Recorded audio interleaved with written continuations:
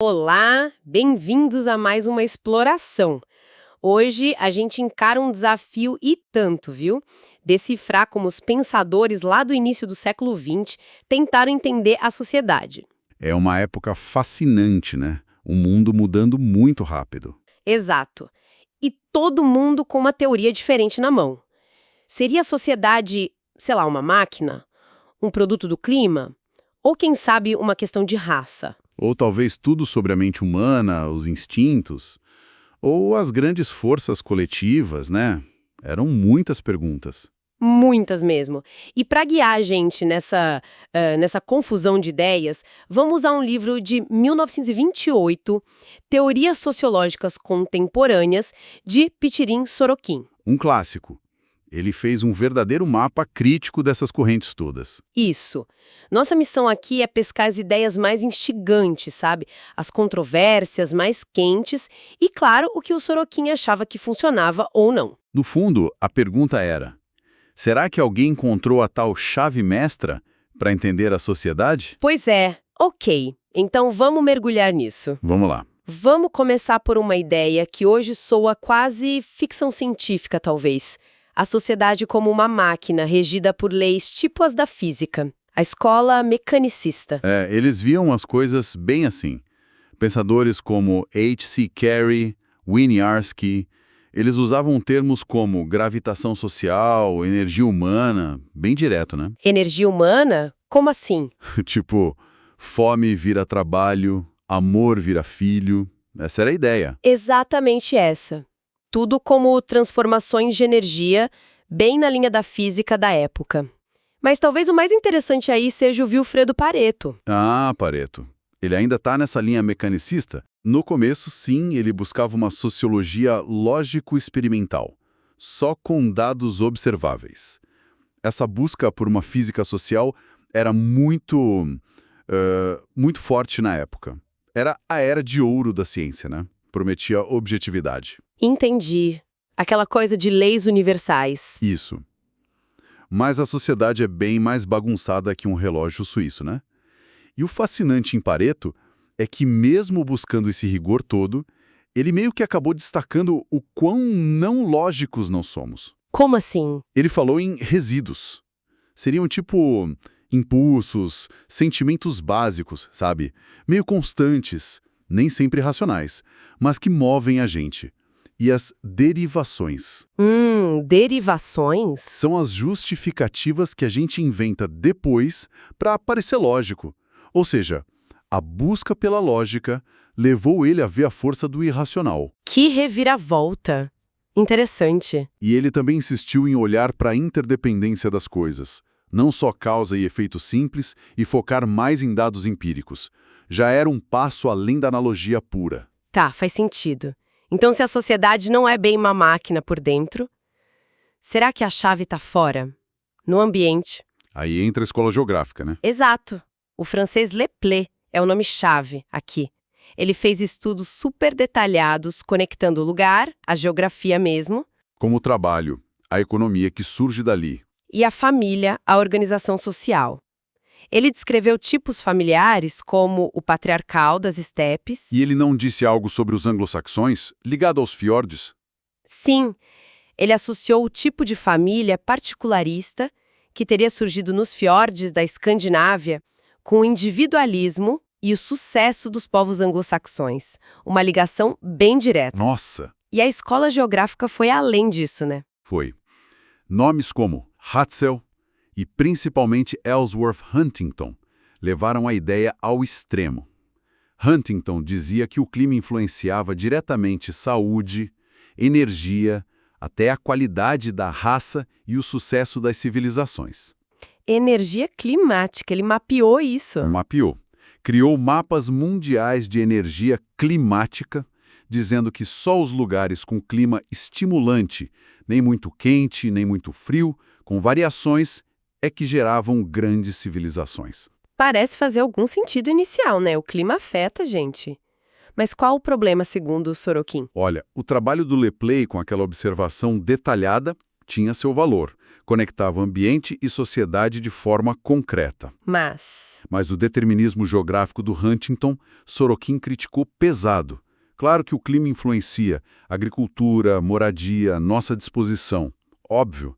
O problema é dizer que ele determina tudo. Entendi. Tipo, como explicar povos diferentes no mesmo lugar com destinos diferentes. Exatamente. Sorokin usou esse exemplo.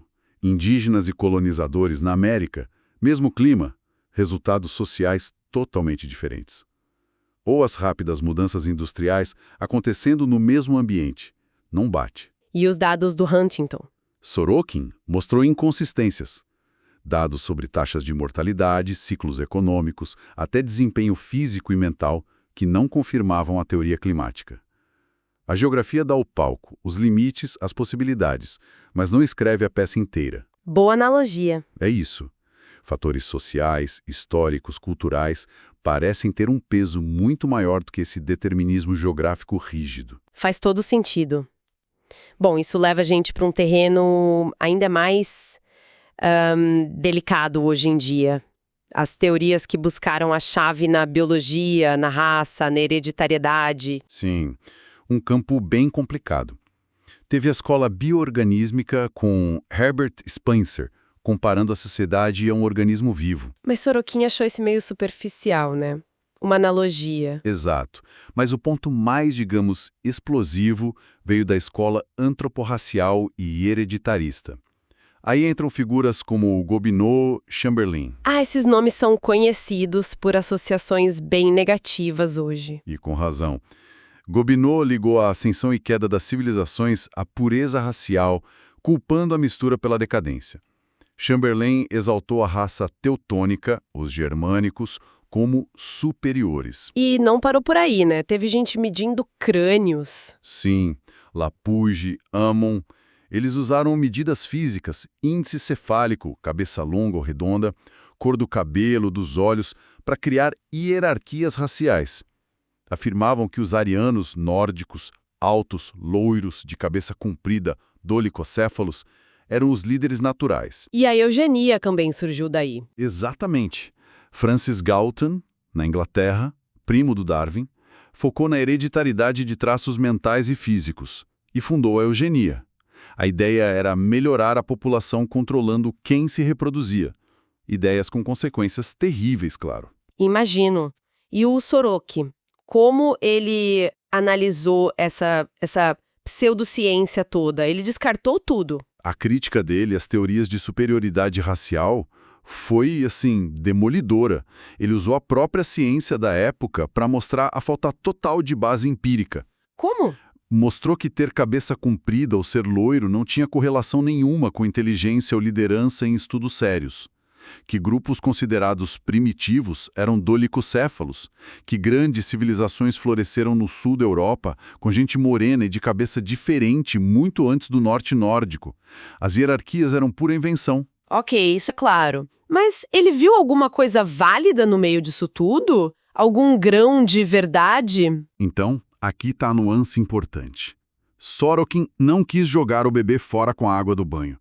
Ele reconheceu alguns pontos que considerava fatos biológicos, mas que, atenção, não justificavam racismo ou hierarquias. Que pontos seriam esses? Primeiro, que existem diferenças inatas, sim, físicas e mentais entre indivíduos e entre grupos. Isso é observável, é um fato biológico básico. Segundo, que a hereditariedade existe, ela passa características adiante. Pais altos tendem a ter filhos altos e por aí vai. Certo. E o terceiro? Terceiro, que a seleção, diferenças em taxas de nascimento, morte, migração entre grupos com características diferentes, pode ao longo do tempo mudar a composição biológica de uma população. Isso também é um processo real. Entendi. Então ele aceitava esses fatos biológicos básicos. Sim, mas o erro fatal da escola racial, segundo ele, foi pegar esses fatos e distorcê-los completamente. Criaram teorias deterministas que diziam que a biologia definia tudo, criaram hierarquias sem fundamento nenhum e usaram isso para justificar preconceito, dominação, desigualdade. Foi uma distorção pseudocientífica. Uma distinção crucial mesmo. Reconhecer a biologia sem cair nesse determinismo racista horrível. Ufa. Bom, Vamos virar a mesa agora. Completamente. Vamos lá. E se, em vez do indivíduo ou da biologia, a força dominante fosse a própria sociedade? A tal escola sociologista. Aí o nome que vem à mente é Emily Durkheim, né? Com certeza, Durkheim é gigante aqui. A ideia central dele são os fatos sociais. Fatos sociais. Aquelas coisas externas a nós que pressionam a gente. Isso. Maneiras de agir, pensar, sentir que vêm de fora, do coletivo, e nos moldam. Pensa na língua que a gente fala, nas leis, na moral, nos costumes. Ninguém inventa isso sozinho. Já está lá, e a gente internaliza. E ele mostrou como a ligação entre as pessoas muda, né? A tal da solidariedade. Exato. Em sociedades mais simples, seria uma solidariedade mecânica. Todo mundo parecido, ligado pela semelhança. Nas sociedades complexas, com divisão do trabalho, vira solidariedade orgânica, baseada na interdependência. Um precisa do outro. E tem o famoso estudo dele sobre o suicídio, que chocou na época, né? Mostrar que não era só um ato individual, mas ligado a forças sociais. Revolucionário. Analisar taxas de suicídio, ver padrões ligados à integração social, à regulação. Foi um marco. E a ideia da religião. Ah, sim.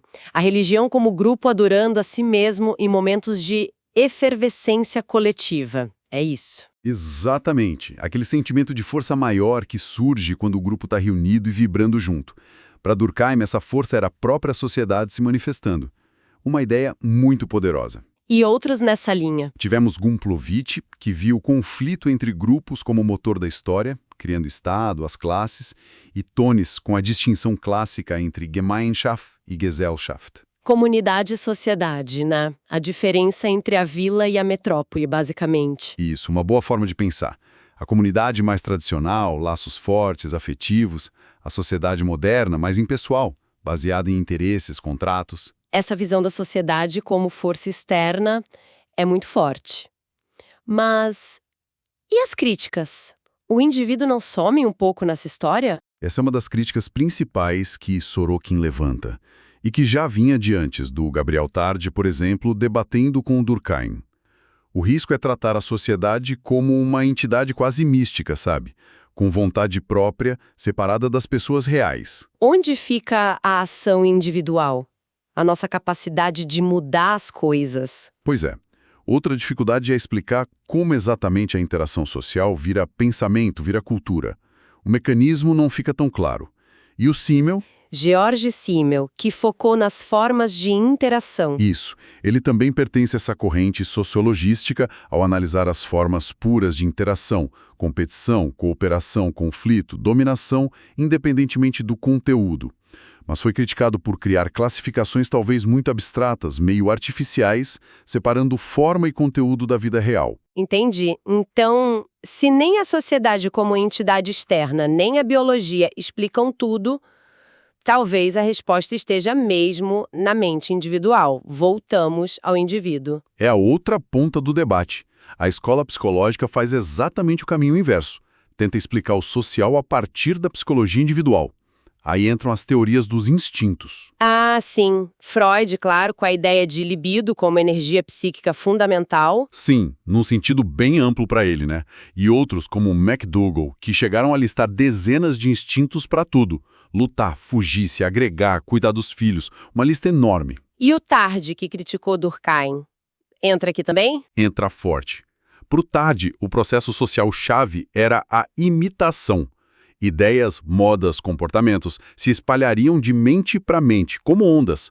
Era a imitação que criava o social. Faz sentido intuitivo, né? A gente imita muito. Sim. E outros teóricos focaram em desejos, como Lester Ward, interesses, Albion Small, ou atitudes e vontades, W.I. Thomas, como as molas mestras da ação social. E claro, não podemos esquecer do behaviorismo. O behaviorismo queria ignorar a mente, né? Focar só no comportamento observável. Estímulo, resposta. Exato. Uma abordagem bem radical. E qual a avaliação do Sorokin sobre tudo isso? Instintos, imitação, desejos? Parece capturar algo do nosso dia a dia. Sorokin foi bastante cético, viu? Especialmente com as listas de instintos. Ele achava vagas, arbitrárias, porque esses e não outros, muitas vezes era só dar um nome novo para algo que não se entendia. O famoso explicar o obscuro pelo mais obscuro. Exatamente. A libido de Freud, por ser tão ampla, acabava podendo explicar quase tudo, o que na prática significa que não explicava nada muito bem. As leis da imitação de Tarde, embora influentes e capturassem algo real, talvez simplificassem demais a complexidade da difusão cultural e da influência social. E as teorias de desejos, interesses. O problema ali é parecido. Como classificar essas motivações internas de forma objetiva? Como verificar empiricamente? Acaba sendo muito subjetivo, difícil de testar. E o behaviorismo radical. Sorokin achava um exagero ignorar a mente, a consciência, o significado subjetivo. Ele defendia um meio termo. Estudar as correlações entre estímulos externos, fome, por exemplo, e respostas observáveis, mudanças fisiológicas, comportamentos, é útil sim, mas isso não anula a importância de entender o significado que as pessoas dão às suas ações. E para isso, a introspecção, o olhar para dentro, ainda teria valor. Certo. Nem 8, nem 80. Nem só sociedade, nem só indivíduo isolado na sua psicologia.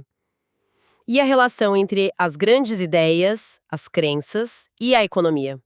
Esse é outro debate clássico que Sorokin abordou. Fundamental. De um lado, você tem autores como Fustida de Coulanges, mostrando como a religião antiga moldou a cidade-estado grega e romana, e, claro, Max Weber. O Weber e a ética protestante e o espírito do capitalismo. Famosíssimo. Exato.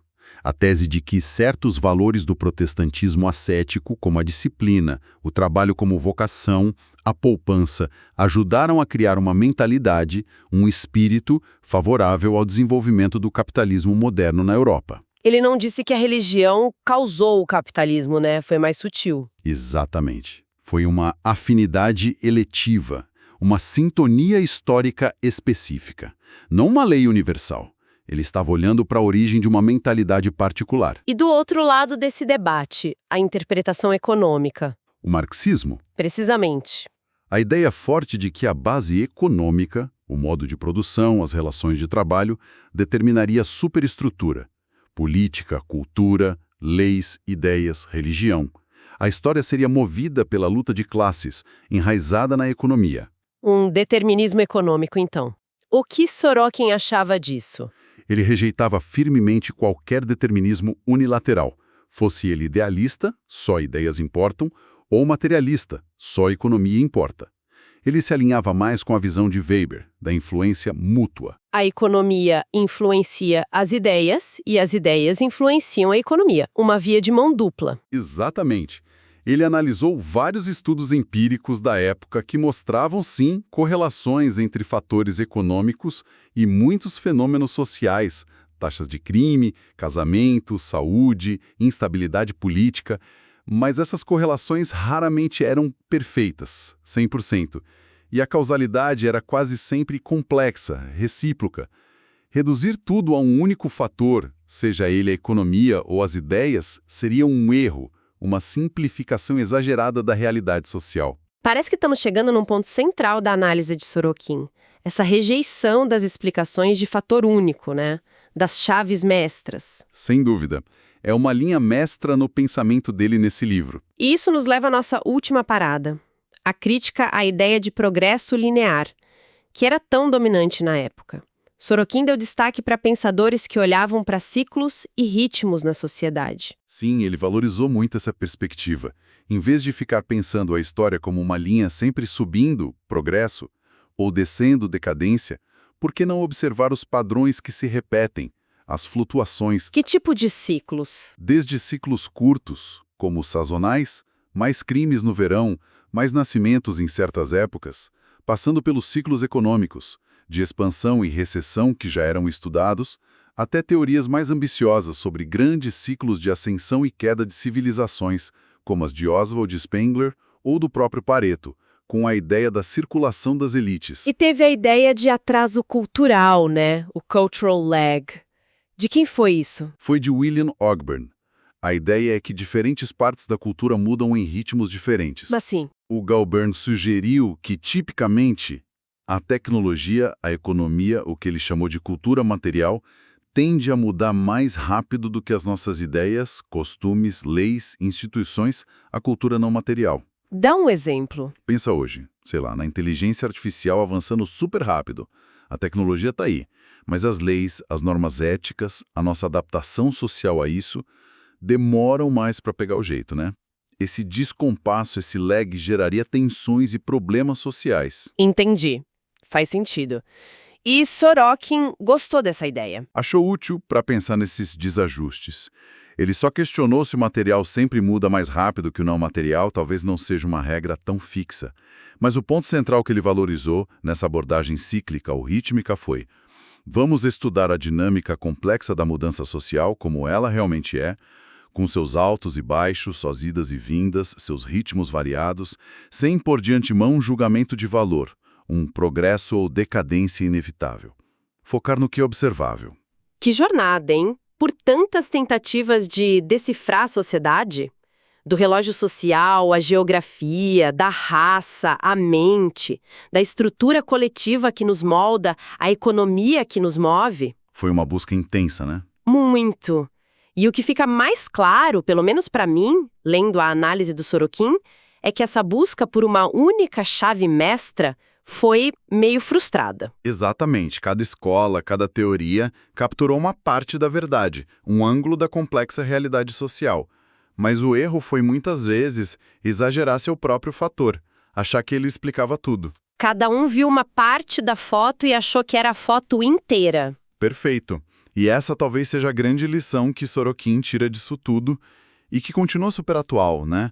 A necessidade de desconfiar dessas grandes teorias monocausais, que querem reduzir tudo a uma coisa só. E qual seria o caminho, então, segundo ele? Ele defendia um caminho talvez mais humilde, mas mais pé no chão. Investigações focadas, estudos empíricos cuidadosos, que mapeiem as conexões reais e específicas entre fenômenos concretos. Tipo, Como a estrutura da família numa certa comunidade influencia o desempenho escolar das crianças. Como os ciclos econômicos naquele país afetam as taxas de casamento ou divórcio. Como certas crenças religiosas impactam o comportamento econômico de um grupo específico. Entende? É nesse interjogo complexo, nessa teia de influências mútuas e específicas, que a dinâmica social acontece de verdade. Menos grandes teorias universais, mais mapeamento das conexões reais. faz muito sentido. E isso deixa a gente com uma reflexão final, talvez um pouco provocadora, né? Qual seria? Se a gente levar a sério essa ideia do Sorokin, de abandonar a busca por um progresso linear garantido, essa ideia de que a história está sempre indo para frente e para melhor, e passar a prestar mais atenção nos ciclos, nos ritmos, nas flutuações que ele observou, ciclos de poder, de ideias, de coesão social, de conflito. Onde você quer chegar? Como isso muda o jeito como a gente olha para o nosso próprio tempo? Será que a gente não está hoje em algum ponto específico de um ciclo maior, talvez sem nem perceber? Achando que é tudo novo ou que é o fim da linha, quando na verdade é parte de um padrão recorrente? Fica aí a provocação para a gente pensar. Uma excelente provocação. Dá muito pano para manga. Com certeza. Bom, e por hoje é isso. Foi uma viagem e tanto por essas ideias do início do século XX. Foi ótimo revisitar Sorokin e esse debate todo. Até a nossa próxima exploração.